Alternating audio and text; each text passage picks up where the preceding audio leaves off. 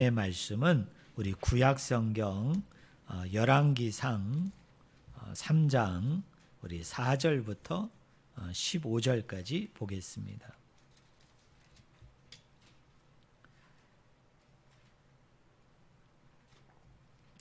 제가 가지고 있는 성경책은 구약성경 514쪽입니다. 구약성경 514쪽 열왕기상 우리 3장 4절부터 15절까지 말씀을 제가 읽어드립니다.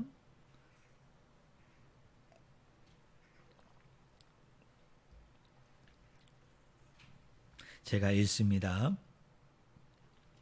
이에 왕이 제사하러 기브온으로 가니 거기는 산당이 큼이라. 솔로몬이 그 제단에 일천번제를 드렸더니 기브온에서 밤에 여호와께서 솔로몬의 꿈에 나타나시니라. 하나님이 이르시되 내가 내게 무엇을 줄고 너는 구하라. 솔로몬이 이르되 주의 종 내 아버지 다윗이 성실과 공의와 정직한 마음으로 주와 함께 주 앞에서 행함으로 주께서 그에게 큰 은혜를 베푸셨고 주께서 또 그를 위하여 이 큰 은혜를 항상 주사 오늘과 같이 그의 자리에 앉을 아들을 그에게 주셨나이다. 나의 하나님 여호와여, 주께서 종으로 종의 아버지 다윗을 대신하여 왕이 되게 하셨사오나 종은 작은 아이라 출입할 줄을 알지 못하고 주께서 택하신 백성 가운데 있나이다. 그들은 큰 백성이라 수요가 많아서 셀 수도 없고 기록할 수도 없사오니 누가 주의 이 많은 백성을 재판할 수 있사오리까? 듣는 마음을 종에게 주사 주의 백성을 재판하여 선악을 분별하게 하옵소서. 솔로몬이 이것을 구하매 그 말씀이 주의 마음에 든지라. 이에 하나님이 그에게 이르시되 내가 이것을 구하도다. 자기를 위하여 장수하기를 구하지 아니하며 부도 구하지 아니하며 자기 원수의 생명을 멸하기도 구하지 아니하고 오직 송사를 듣고 분별하는 지혜를 구하였으니 내가 네 말대로 하여 내게 지혜롭고 총명한 마음을 주노니 내 앞에도 너와 같은 자가 없었거니와 내 뒤에도 너와 같은 자가 일어남이 없으리라. 내가 구하지 아니한 부귀와 영광도 내게 주노니 내 평생에 왕들 중에 너와 같은 자가 없을 것이라. 네가 만일 내 아버지 다윗이 행한 같이 내 길로 행하며 내 법도와 명령을 지키면 내가 또 내 날을 길게 하리라. 솔로몬이 깨어보니 꿈이더라. 이에 예루살렘에 이르러 여호와의 언약궤 앞에 서서 범죄와 감사의 제물을 드리고 모든 신하들을 위하여 잔치하였더라. 아멘. 오늘 같이 읽은 본문 말씀을 가지고 듣는 마음이란 제목으로 같이 하나님의 말씀을 나누기를 원합니다. 이스라엘의 3대째 왕이 누구냐면 우리 성도님들 한 번쯤은 다 들어보셨을 거예요. 1대가 사울 왕이고 2대가 다윗 왕이고 3대째 왕이 오늘 본문 말씀에 등장하는 솔로몬 왕입니다. 우리 성도님들은 솔로몬 왕을 생각하면 어떤 생각이 떠오르십니까? 긍정적인 면이 더 떠오르십니까? 아니면 부정적인 면들, 내용들이 더 떠오르십니까? 아마도 적지 않은 분들은 솔로몬 왕 그러면 처음에는 긍정적인 면이 좀 더 부각이 되다가 점점 후반부에 접어들수록 부정적인 뉘앙스 또 부정적인 이미지, 부정적인 측면들이 더 부각되는 왕이 솔로몬이 아닌가 이런 생각을 하시는 분들이 있을 것 같습니다. 하지만 열왕기라는 이 성경책을 보면요, 이 솔로몬 왕에 대한 평가는 처음부터 그렇게 호의적이고 처음부터 그렇게 긍정적으로만 일변도로만 흐르지 않습니다. 그러니까 이런 것이죠. 처음에는 긍정적으로 호의적으로 쭉 흐르던 솔로몬이 그의 인생의 말미에 가서 여러 가지 범죄와 불순종과 행악들을 행하다 보니까 부정적인 이미지, 부정적인 뉘앙스, 부정적인 면들로 완전히 잠식이 된다라고 우리는 그렇게 생각하는데요. 우리가 열왕기라는 책을 가만히 들여다보고 또 세밀히 자세히 분석해 보면 이 솔로몬 왕은 처음부터 두 가지 모습이 그려져요. 참 이상하리만큼 긍정적인 면을 이야기하다가 곧바로 부정적인 이미지가 나옵니다. 또 부정적인 면들이 나옵니다. 우리가 한번 몇 가지를 보기를 원하는데요. 우리가 읽지는 않았습니다만 여러분 거기 아까 읽은 본문 쭉 위로 올라가 보면 열왕기상 2장 46절이 나옵니다. 자, 열왕기상 2장 46절. 제가 읽어드립니다. 여호야다의 아들 분하에게 명령하매 그가 나가서 시므이를 치니 그가 죽은지라. 이에 나라가 누구의 손에? 솔로몬의 손에 뭐하여졌다고요? 견고하여졌다. 솔로몬의 손에 의해 뭐해졌다고요? 견고하여졌다. 이거는 긍정적인 면일까요? 부정적인 면일까요? 약간은 긍정적인 이미지죠. 긍정적인 면입니다. 솔로몬의 왕에 의해서 나라가 어떻게 됐어요? 견고해졌다. 튼튼해졌다. 그러니까 조금 긍정적으로 그렇게 그리고 있지 않습니까? 그런데 그 바로 뒷절인 우리 3장 1절을 한번 보세요. 3장 1절을 제가 읽어드립니다. 솔로몬이 애굽의 왕 바로와 더불어 혼인관계를 맺어 그의 딸을 맞이하고입니다. 우리 성도님들, 솔로몬이 왕의 말미에 그의 인생의 후반부에 가면은 솔로몬 왕이 했던 여러 가지 일들 중에 가장 주요한 일 중에 하나가 뭐냐면 결혼 동맹을 맺는 거예요. 여러분 고대 사람들이 왜 결혼 동맹을 맺습니까? 특별히 한 나라의 왕과 한 나라의 왕이 있는데 이쪽 나라의 왕이 이쪽 나라의 왕의 딸들과 결혼 동맹을 맺는 이유가 뭐예요?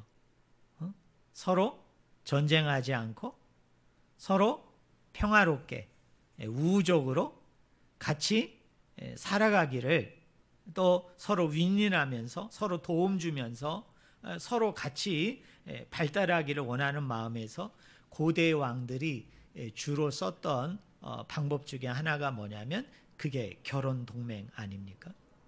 근데 오늘 솔로몬은 그의 인생의 중반부나 후반부에만 그런 일을 했던 것이 아니라 그가 왕으로서 세움을 받은 초창기 때부터 솔로몬은 그런 일을 했다는 거예요. 누구와 결혼을 했다고 얘기합니까? 애굽 왕의 바로와 더불어 혼인 관계를 맺어서, 혼인 동맹을 맺어서 그의 딸을 어떻게 해요?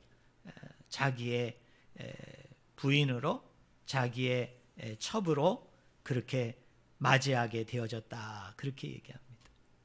그런데 솔로몬의 인생 말미에 보면은 이런 여러 주변 나라의 공주들과 계속 결혼 동맹을 맺게 되어졌는데 그 결혼 동맹이 그냥 서로 우호적인 그런 평화 관계를 유지하기 위한 수단과 방법으로만 쓰였던 것이 아니라 이것이 영적으로 문제가 되기 시작하죠.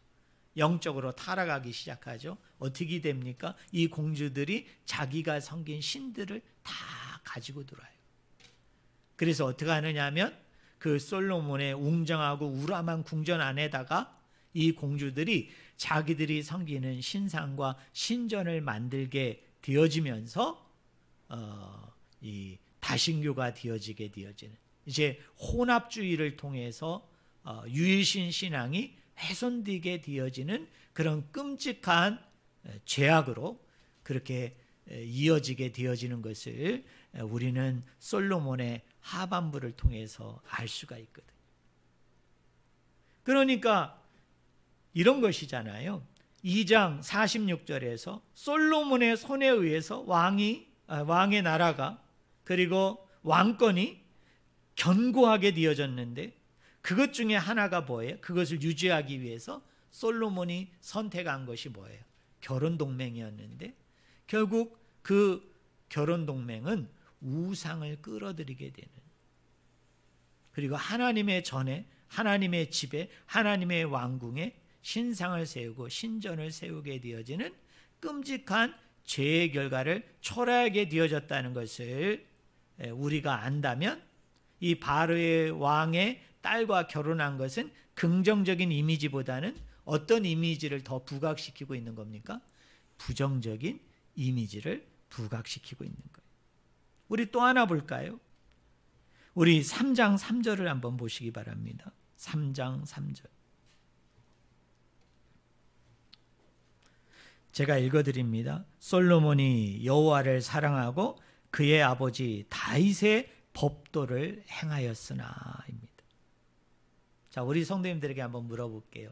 이건 솔로몬 왕의 긍정적인 이미지를 부각하는 겁니까? 부정적인 이미지를 부각시키는 겁니까? 어떤 이미지죠? 여러분이 솔로몬에 대해서 잘 모르더라도, 성경에 대해서 잘 모르더라도 우리가 딱 눈에 띄어서 생각이 드는 것은 긍정적인 거예요? 부정적인 거예요? 긍정적인 거죠. 여호와를 사랑했고, 그리고 그의 아버지 다윗의 법도를 행하였다라고 얘기합니다. 특별히 열왕기서도 마찬가지고 또 역대기도 마찬가지예요. 그리고 남왕국과 북왕국이 멸망되기 이전에 북왕조의 여러 왕들이 소개되어지고 남왕조의 여러 왕들이 소개되어지는데, 쉬운 말로 이 수많은 왕들을 두 개로 분류합니다.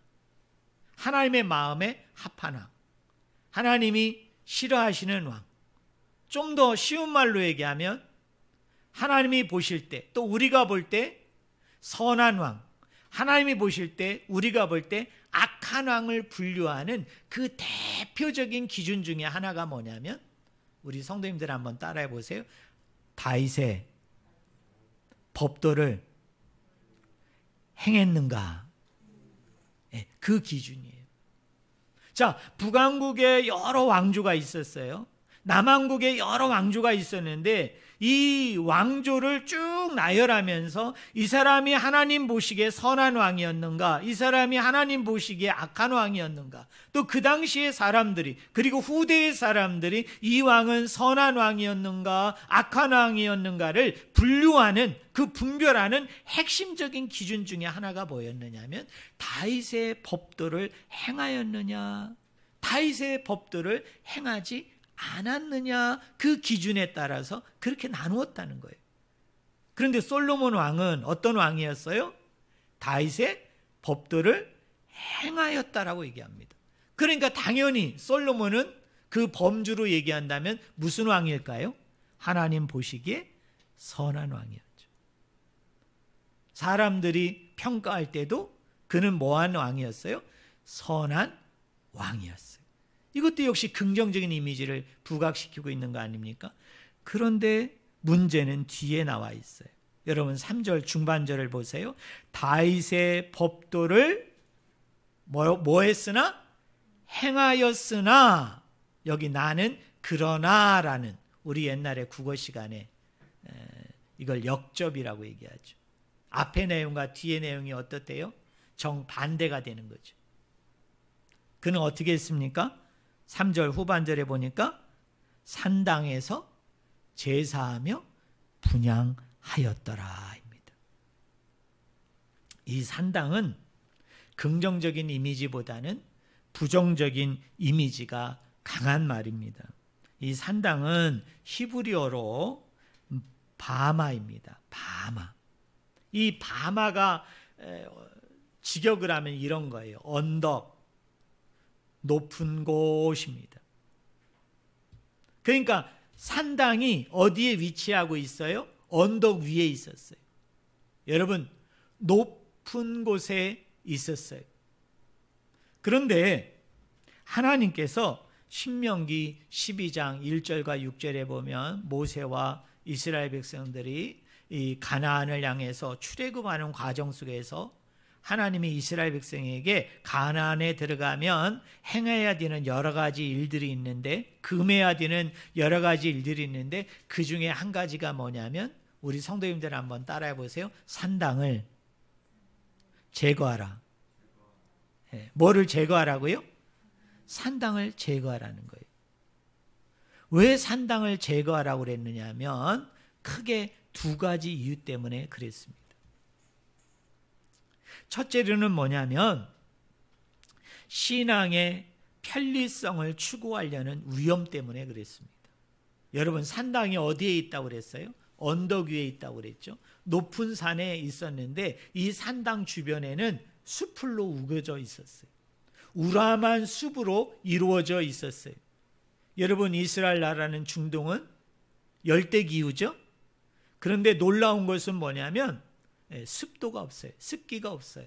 그래서 저도 성지순례를 했습니다만 어디 안에 들어가기만 하면, 그늘 안에 들어가기만 하면, 나무가 제공하는 그 그늘 밑에 가기만 하면 얼마나 시원한지 몰라요. 얼마나 여러분 산뜻하고 쾌적한지 몰라요. 그래서 이 산당 주변은 이렇게 숲으로 이루어져 있고, 또 이 산당은 이렇게 숲으로 이루어져 있기 때문에 이곳에 제사하러 가는 사람들이 자칫 잘못하다 보면 제사에 집중하지를 못하고 다른 곳에 그 마음을 뺏길 염려가 있었어요. 그 마음을 다른 곳으로 분산시킬 마음이 있었어요. 어떤 것입니까? 그것이 높고 그 다음에 언덕이고 그리고 우람한 숲으로 이루어져 있다 보니까 사람들이 예배하러 갔지만 사실은 오늘날로 얘기하면 캠핑하는 것과 같은, 그래서 주 목적이 달라지게 되어지는 그런 위험을 다분히 노출하고 있었기 때문에 하나님께서 이스라엘 백성으로 하여금 어떻게 해요? 그 산당을 제거하라고 했거든요. 또 하나는 하나님께서 가나안에 들어가는 이스라엘 백성들에게 이 산당을 제거하라고 한 이유는 이 산당이 여호와를 위해서 예배하고 제사하는 곳이기도 하였지만 적지 않은 많은 곳에서 이 산당에서 무슨 일이 있었는가 따라하겠습니다. 우상숭배. 우상숭배도 이곳에서 이루어졌어요. 그러니까 이스라엘 백성들이 올라가서는 그곳에서 뭐하고? 예배하고 제사했어요. 하나님께 예배하고 제사했는지 모르지만 원래 그 산당들이 차지하고 있는 그 장소는 어떤 곳이었느냐? 그곳에 있는 토착민들과 그곳에 머물고 있는 거류민들도 그 산당이라는 곳에 올라가서 그곳에서 이방신을 섬기고 그리고 이방신을 위해서 제사했던 곳이었기 때문에 자칫 이스라엘 백성들이 여호와를 향한 유일신앙을 그들이 포기할 수 있고요. 또 다른 신들을 섬기는 그런 것들이 그곳에 있었기 때문에 혼합주의 형태로 그 사람들이 노관할 수 있었기 때문에 하나님은 그것을 미리 내다보시고 산당을 어떻게 해요? 제거하라고 하신 거예요. 그런데 놀라웠게도 솔로몬 시대에 보면은 이스라엘 백성들이 어디에 가서 예배하고 있어요? 지금 산당에 가서 여전히 여호와 앞에 제사하고 여전히 여호와 앞에 가서 제물을 드리고 오늘날로 얘기하면 그곳에서 예배를 드리고 있는 그런 형국이었단 말이에요. 그런데 솔로몬이 지금 기브아라는 산당에 올라가서 하나님께 일천번제를 드리고 있는 거예요. 이것은 다분히 긍정적인 이미지이기보다는 산당이 가지고 있는 그런 이미지 때문에 상당히 부정적인 이미지가 부각되고 있는 것을 우리가 알 수가 있어요. 그러면서 우리 4절을 보겠습니다. 자, 성도님들 저를 보세요. 그러면 솔로몬이 왜 기브와 산당에 올라가서 하나님께 이렇게 일천번제를 드리려고 했던가? 왜 하필이면 기브와 산당이었는가? 그 이유가 있어요. 우리 성도님들이 성경을 좀 알아야 되는데요. 다윗이 왕이 되어졌을 때, 그의 아버지 다윗이 왕이 되어졌을 때 그가 했던 첫 번째 일 중에 하나가 뭐냐면 그 하나님의 법궤를 자기 왕궁으로 가지고 옵니다. 그래서 자기 왕궁 옆에 그 법궤를 여러분 모십니다. 자, 우리 성도님들 여기 보세요. 하나님의 법궤가 의미하는 바가 뭐예요? 하나님이 이곳에 함께 하신다는 거죠. 하나님이 이곳에 임재한다는 것이죠. 그래서 다윗이 그 법궤를 자기의 궁궐로 가지고 왔다는 것은, 그리고 궁궐 옆에 그 법궤를 모셨다는 얘기는 다른 말로 얘기하면 그 법궤가 안치된 곳이 이미 성소가 되어졌다는 얘기거든요. 그것이 성막, 장막이 되어졌다는 거예요. 그래서 그곳에서 예배할 수 있었던 거예요. 그런데 놀라운 것은 솔로몬 때에 이미 그의 아버지에 의해서 그 궁궐에 법궤가 안치되어졌고, 그 법궤가 안치되어짐을 통해서 이미 그곳에 성소가 만들어졌음에도 불구하고 이곳에서 일천번제를 드리지 아니하고 기브와 산당이라는, 어떻게 생각하면 긍정적인 이미지보다는 부정적인 이미지가 다분히 풍겨나는 그곳에 가서 그가 일천번제를 드린 이유가 4절에 나와요. 왜 그는 법궤가 안치되어 있는, 법궤가 왕궁 옆에 있음을 통해서 이미 성소의 기능을 하고 있는 그곳에 가서 예배하지를 아니하고 제사를 드리지 아니하고 기브와 산당에 올라가서 왜 그가 제사하고 예배하고 그곳에서 일천번제를 드렸느냐? 우리 4절을 한번 같이 읽어봅시다. 우리 4절을 같이 읽겠습니다. 이에 왕이 제사하러 기브온으로 가니 거기는 산당이 큼이라. 네, 여기까지 읽겠습니다. 자, 제가 강조해서 읽은 부분이 있죠. 솔로몬이 왜 기브와 산당에 가서 제사했다고요? 그 이유가 뭐라고요? 그 기브와 산당이 뭐하기 때문에? 컸기 때문이에요. 컸기 때문에. 쉽게 이야기하면 왕궁 옆에 지금 하나님의 법궤를 갖다 놓았고 그것을 성소로 삼아서 그곳에서 예배하고 그곳에서 제사를 할 수 있음에도 불구하고 그곳에서 하지 아니하고 기브와 산당에 올라가서 일천번제를 드린 이유는 이거예요.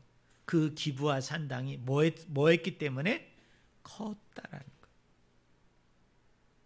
사랑하는 성도 여러분, 솔로몬 왕도 그렇고 모든 왕도 그렇죠.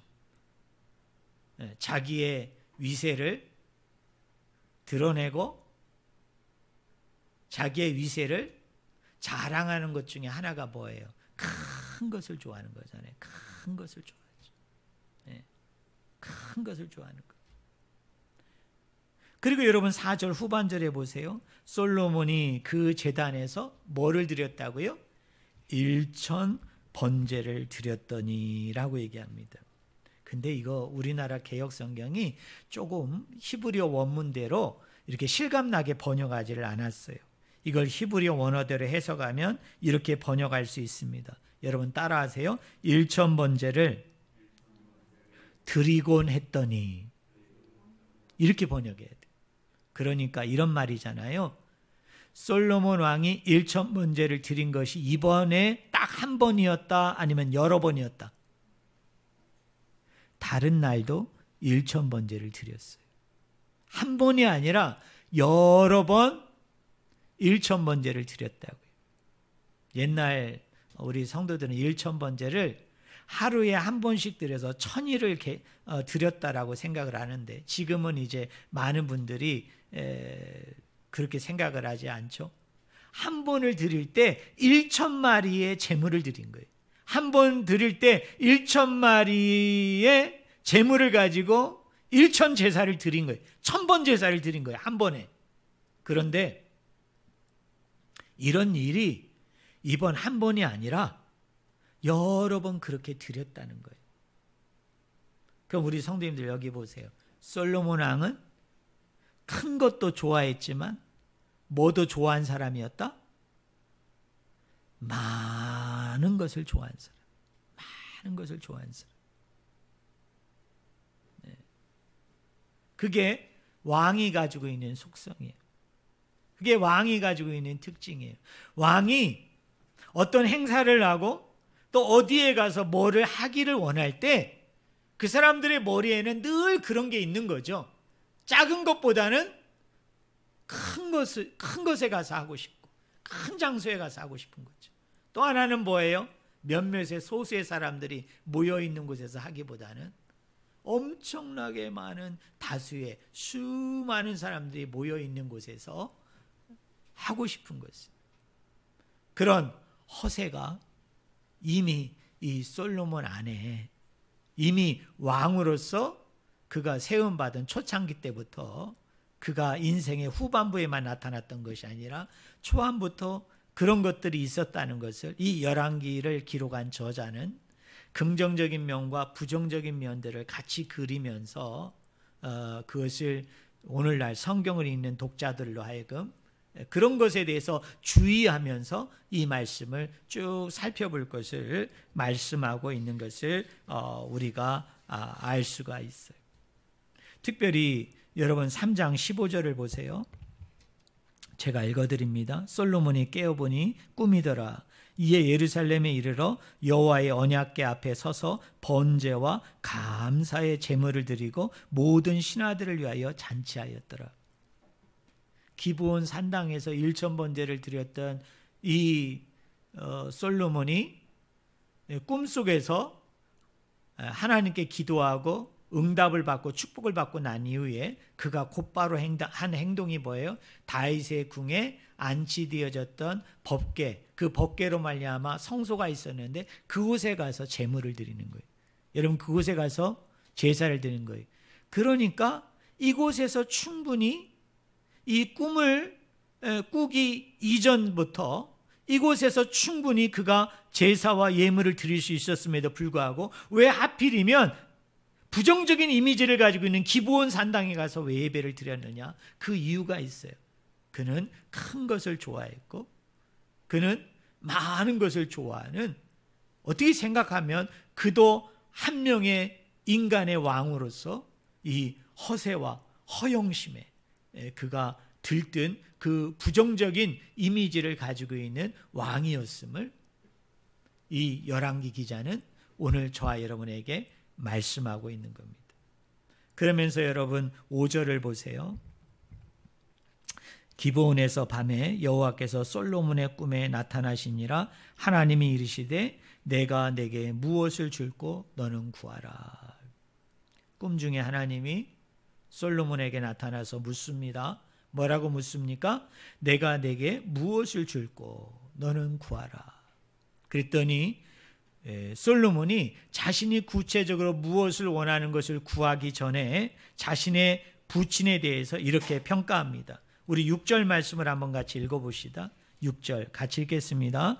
솔로몬이 이르되 주의 종 내 아버지 다윗이 성실과 공의와 정직한 마음으로 주와 함께 주 앞에서 행함으로 주께서 그에게 큰 은혜를 베푸셨고 주께서 또 그를 위하여 이 큰 은혜를 항상 주사 오늘과 같이 그의 자리에 앉은 아들을 그에게 주셨나이다 입니다. 자, 자신의 부친, 자신의 아버지였던 다윗에 대해서 솔로몬이 먼저 평가를 합니다. 두 가지 평가죠. 자, 다윗이 왕이 되어진 것은 전적으로 뭐였다? 하나님의 은혜로 된 것이다. 그것을 솔로몬이 알고 있다는 거예요. 아버지가 왕이 된 것은 전적으로 뭐였다? 하나님의 은혜로 된 것이다라는 걸 안 거예요.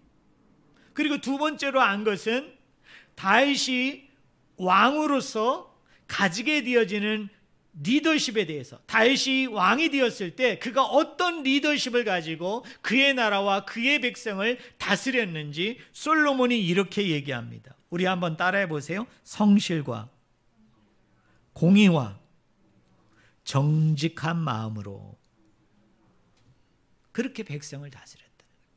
그렇게 나라를 다스렸다는 거예요. 그러면서 7절에 이제 자기를 두고 얘기합니다. 나의 하나님 여호와여, 주께서 종으로 종의 아버지 다윗을 대신하여 왕이 되게 하셨사오니 종은 작은 아이라 출입할 줄을 알지 못하고입니다. 자, 솔로몬이 지금 뭐를 얘기하는 겁니까? 자기는 작은 아이라는 거예요. 그래서 출입을 할지를 몰랐다는 거예요. 그럼에도 불구하고 자기를 아버지의 대를 이어서 자기를 뭐가 되게 했다고요? 왕이 되게 했다. 그러면 솔로몬도 뭐라고 고백하고 있는 겁니까? 내가 왕이 된 것은 전적으로 누구의 은혜로 되어진 것이다? 하나님의 은혜로 제가 왕이 되어진 것을 제가 압니다 라고 지금 하나님 앞에 이야기하고 있는 거예요.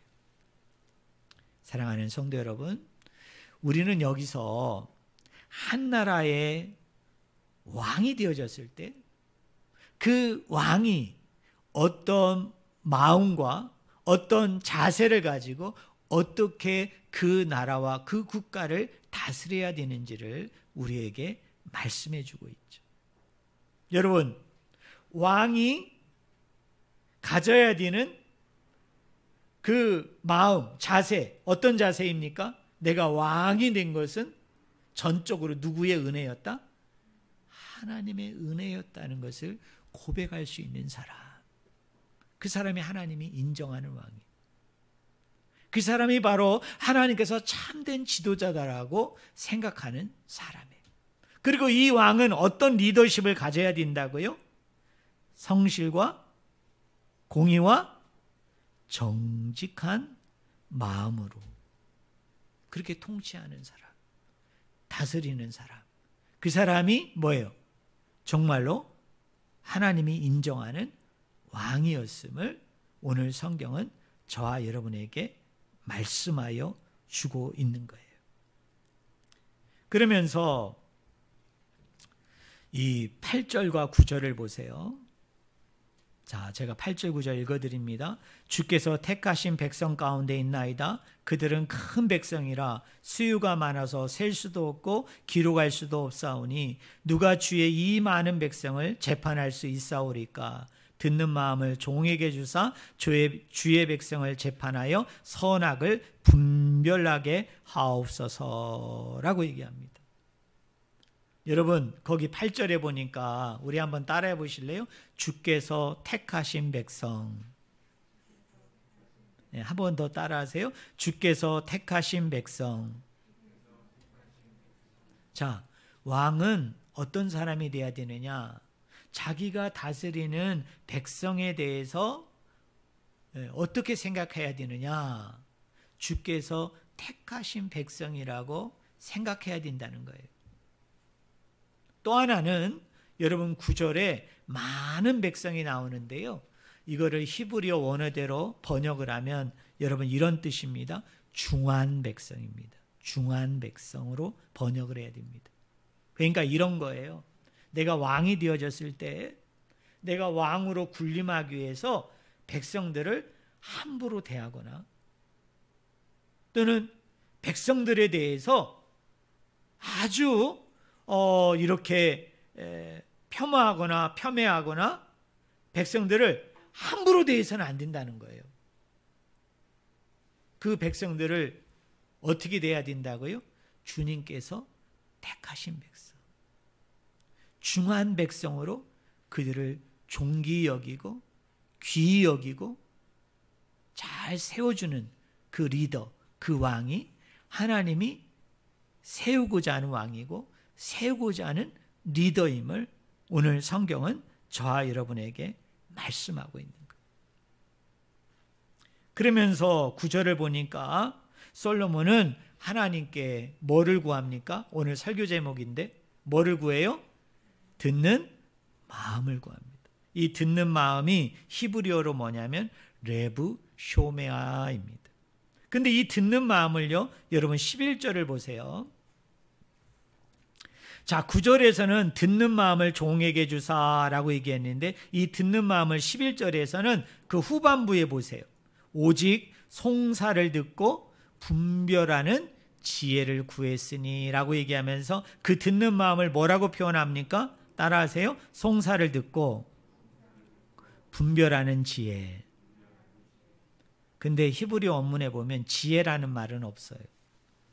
그래서 이걸 그대로 보면 송사를 듣고 분별하는 것을 네가 구했구나. 그러니까 솔로몬은 하나님께 듣는 마음을 구했는데 하나님께서 응답하시기를 뭐라고 응답하느냐 하면 그 듣는 마음을 하나님은 이렇게 해석을 합니다. 송사를 듣고 분별하는 것을 네가 구했구나 라고 얘기합니다. 그리고 12절을 보세요. 그 듣는 마음을 이번에 하나님이 뭐라고 얘기하느냐 하면 따라하세요. 지혜롭고 총명한 마음. 네, 하나님 그렇게 또 이야기하세요. 그러니까 세 가지가 같은 거예요. 자, 뭐가 같습니까? 듣는 마음이 뭐예요? 송사를 듣고 분별하는 거예요. 또 듣는 마음이 송사를 듣고 분별하는 건데 이게 또 뭐라고요? 지혜롭고 총명한 마음이에요. 그럼 우리는 여기서 질문해 봐야 되죠. 듣는 마음은 도대체 무엇인가? 그리고 총명이라는 건 또 무엇이고 지혜라는 것은 무엇인가? 지금 하나님은 그것을 같이 보시는 거잖아요. 듣는 마음과 송사를 듣고 분별하는 것과 그리고 총명과 지혜가 어떻다는 거예요? 같다는 거예요. 우리 성도님들 고대 사람들의 왕이 되었을 때 그 사람들이 하는 일 중에 가장 중요한 일이 뭐였을까요? 재판하는 거예요. 재판하는 거예요. 그래서 솔로몬이 재판하는 사람으로서 왕이 되었을 때 그에게 가장 필요한 게 뭐였느냐 하면 듣는 마음이었어요. 우리 성도님들에게 제가 퀴즈를 낼게요. 듣는 건 뭘로 듣죠? 여러분 귀로 듣잖아요. 근데 지금 귀라는 말이 나옵니까? 안 나옵니까? 나오지를 않아요. 그리고 듣는데 어디로 들어야 된다고 얘기합니까? 마음으로 들어야 되는 거예요. 마음으로 들어야 되는 거예요. 그럼 여기서 도대체 마음으로 듣는다는 말이 무슨 말인가? 우리 성경 한 군데를 제가 인용하겠습니다. 잠언 31장 5절에 보니까요. 이런 말이 있어요. 술을 마시다가 법을 잊어버리고 모든 공고한 자들의 송사를 굳게 할까 두려우니라 라고 얘기합니다. 이 잠언 기자의 말에 의하면 누가 술에 취한 사람이냐면 말 못하는 자의 신원, 억울한 사람들의 소리가 들리지 않는 것을 술 취한 것으로 이야기합니다. 자, 우리 성도님들 한번 술을 먹고 뭐 과거든 현재든 여러분 취해 본 적이 있으세요? 여러분 술 취한 사람의 특징이 뭐죠? 남의 이야기를 안 듣고 뭐만 얘기합니까? 자기 이야기만 하잖아요. 우리가 그걸 주사라고 얘기하잖아요. 그래서 주사 부리는 사람 우리 얼마나 힘들어합니까? 근데 잠언 기자는 뭐라고 얘기하느냐 하면 술 취한 사람의 특징이 뭐냐면 남의 소리를 잘 듣지 못한다는 거예요. 그러면서 잠언 31장 8절과 9절에 보니까 너는 말 못하는 자와 모든 고독한 자의 송사를 위하여 입을 열지니라. 너는 입을 열어 공의로 재판하여 공고한 자와 궁핍한 자를 신원할지니라 라고 말해요. 이 잠언 31장은 르무엘이라는 왕이 있었는데요. 이 르무엘의 왕이라는 어머니가 이 르무엘이 왕이 되어졌을 때 네가 왕으로서 해야 될 일들을 당부하고 가르친 것이 잠언 31장에 쭉 기록이 되어져 있어요. 그런데 이 어머니가 르무엘 왕에게 부탁을 합니다. 너는 백성들을 향해서 공의를 행해야 된다는 거예요. 그런데 그 공의를 행하는 것은 뭐냐면 백성들의 억울한 소리, 백성들의 힘든 소리, 백성들의 그 고통하는 신음하는 소리를 뭐 해주는 사람이 돼야 된다? 잘 들어줄 수 있는 사람이, 바로 그 사람이 왕으로서 하나님이 원하시는 공의를 행하는 지혜로운 왕이다, 참된 왕이다, 그렇게 말합니다. 그러니까 오늘 솔로몬이 하나님 앞에 듣는 마음을 구했을 때 하나님께서 뭐라고 얘기합니까? 송사가 일어날 때, 재판이 일어나게 되어질 때에 그것을 잘 분별할 수 있어야 된다는 거예요. 그것을 잘 분별하기 위해서는 네가 총명이 필요하다는 거예요. 네가 지혜가 필요한데, 그 듣는 마음, 그 총명과 지혜가 뭐냐면 백성들의 소리에 민감하게 반응할 수 있는, 백성들의 소리를 잘 귀담아 들을 수 있는, 그런 공의를 행할 수 있는 참된 왕이 될 것을, 그리고 그런 왕이 되는 것을 구했기 때문에 하나님이 너무 흡족해 하셔서 구하지 아니한 여러 복들을 그 솔로몬에게 허락하고 있는 것이 여러분 오늘 본문 말씀의 내용이에요. 그리고 난 후에 솔로몬이 이런 하나님의 응답을 받고 난 후에 그가 첫 번째로 한 일이, 우리가 읽지는 않겠습니다만 열왕기상 3장 16절부터 여러분 28절에 나오는, 아마 교회 안 다닌 사람도 이 사건을 잘 알 거예요. 솔로몬이 왕으로서 첫 재판을 할 때 그 재판이 뭐였느냐면 이런 거예요. 창기 두 여자가 솔로몬에게 와서 서로 자기 아이라고 그러는 거예요. 서로 자기 아이라고. 그래서 서로 자기 아이라고 그러니까 이게 누구의 아이인지 그거를 분별해 달라, 그렇게 요구를 한 거죠. 자, 우리 성도님들 이 얘기 압니까? 그러니까 솔로몬이 뭐라고 얘기하죠? 그 아이를 두 조각 내서 각자 한 조각씩 나눠주면 되겠다라고 얘기했을 때 가짜 어머니는 뭐라고 얘기했습니까? 그것이 좋다라고, 그렇게 해달라고 얘기했죠. 근데 진짜 어머니는 어떻게 했습니까? 그 아이가 죽는 거에 대해서 너무 비통해하고 애통해하면서 도리어 그 아이를 양보하려고 했을 때 솔로몬이 그 후자의 여인이 진짜 어머니라는 여러분 참다운 재판을 했잖아요. 근데 우리가 이 본문을 여러분 가만히 읽어보면요, 여기서 이 듣는 마음 또 총명과 지혜가 무엇인지가 아주 잘 드러납니다. 자, 원래 여기 나오는 창기라는 말은 히브리어 원어를 보면은 여러분 따라하세요. 음녀. 예, 음녀예요. 음녀입니다. 물론 창기도 음녀죠. 하지만 이 음녀라는 말이 창기보다는 더 이 지혜 문학을 보면은 더 악한 여자예요. 자, 그런데 우리 한번 생각해 봅시다. 지금도 마찬가지지만 우리가 고대 시대라고 한번 생각을 해봐요. 여러분, 왕 앞에 이런 음녀가 여러분 나아갈 수 있을까요? 나가지 못할까요? 왕 앞에 이렇게 가서 자기의 억울한 거, 그리고 자기의 신원을 풀어달라고 요구를 할 수 있는 그런 사회였을까요? 그런 배경이 있었을까요? 이런 고대 시대에는 이걸 상상할 수가 없죠. 왜냐하면 음녀 자체는 모멸의 대상이고 폄하의 대상이기 때문에, 여러분 몸을 파는 여자, 이렇게 부도덕하고 불경건한 여인이 왕 앞에 가서 이렇게 자기의 억울함을 호소하고 이야기한다는 것은 여러분 고대의 정서에 전혀 어울리지 않는 행동이에요. 그리고 또 하나는 여러분 16절을 보세요. 그때 창기 두 여자가 왕에게 와서 그 앞에 뭐 했다고 얘기합니까? 섰다고 얘기해요. 여러분, 고대 시대에 경멸의 대상이고 모멸의 대상이었던 음녀가 왕 앞에 나타나는 것도 과히 혁명적인 일인데, 그가 무릎을 꿇었다든지 아니면 머리를 땅에다가 박고서 여러분 막 울먹이면서 읊조리면서 얘기한 게 아니라 지금 어떻게 했다고요? 왕 앞에 뭐 하고 있다고요? 서 있는 거예요. 서 있는 거예요. 서서 얘기했다는 거예요. 여러분, 이것이 고대 시대에 여러분 가당치 않은 얘기죠.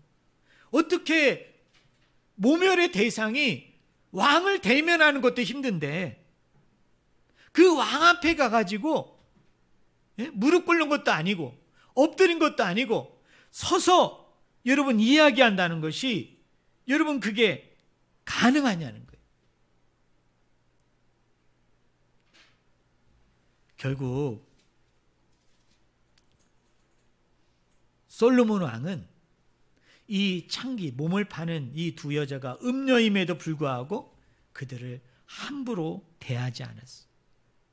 여러분, 무시하지 않았어요. 그리고 자기 앞에 나오는 그들을 물리치지 않은 거예요. 그리고 그들이 자기 앞에 서서 이야기한다고 그래가지고 그거에 대해서 진노하거나 대노하지 않은 거예요. 결국 솔로몬이 듣는 마음을 구했던 이 첫째 판에서 정말 과히 충격적이고 혁명적인 것은 모멸의 대상이었던 그 여인이 당당하게 왕 앞에 가서 이야기를 하고, 그리고 왕 앞에 가서 서서 어떻게 합니까? 담대하게 자기의 억울함과 자기의 신원을 고백할 수 있는 그 여건과 환경을 마련해 준 거예요. 그리고 더 하나 충격적인 건 뭐냐면 이 재판의 이야기를 쭉 읽어보면 솔로몬의 대화는 극히 작게 나와요. 그리고 대다수의 대화는 누가 대화를 나눕니까? 이 두 음녀, 두 창기의 대화가 쫙 이어지는 거예요. 여러분, 이 여인들의 대화가 이렇게 많다는 이야기는 솔로몬이 어떻다고 얘기하는 거예요? 지금 이 여자들의 신원에 대해서 여러분 잘 듣고 있다는 얘기죠.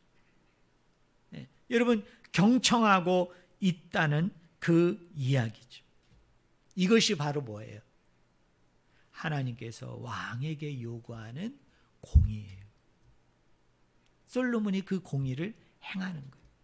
이것이 바로 하나님께서 백성들을 대신해서 세우고자 하는 왕이 가지고 있는 뭡니까?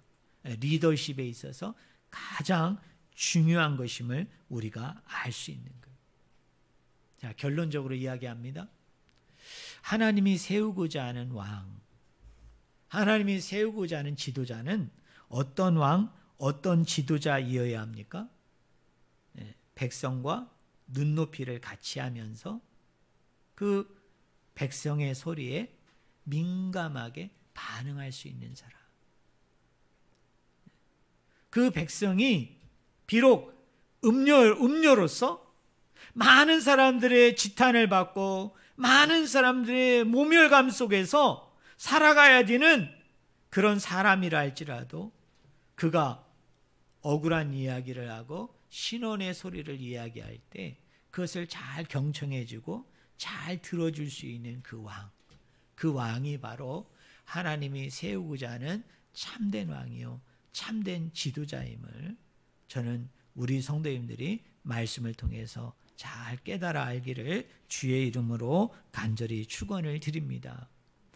이미 사전 선거를 하신 분도 계시고 또 수요일 날 우리가 본 선거를 통해서 이번에 우리나라를 다스리고 통치할 5년 동안에 우리가 대통령을 뽑게 되어지는데 우리가 나름대로 이것을 분별하는 그런 기준들, 내용들이 있을 거예요. 그런데 오늘 우리가 성경적으로 한번 이것을 생각해 보았으면 좋겠어요. 자, 성경에서는 하나님께서 세우고자 하는 대통령, 하나님이 세우고자 하는 왕, 하나님이 세우고자 하는 참된 지도자가 누구인가? 공의를 행하는 사람이에요. 근데 그 공의라는 것은 다른 것이 아니에요.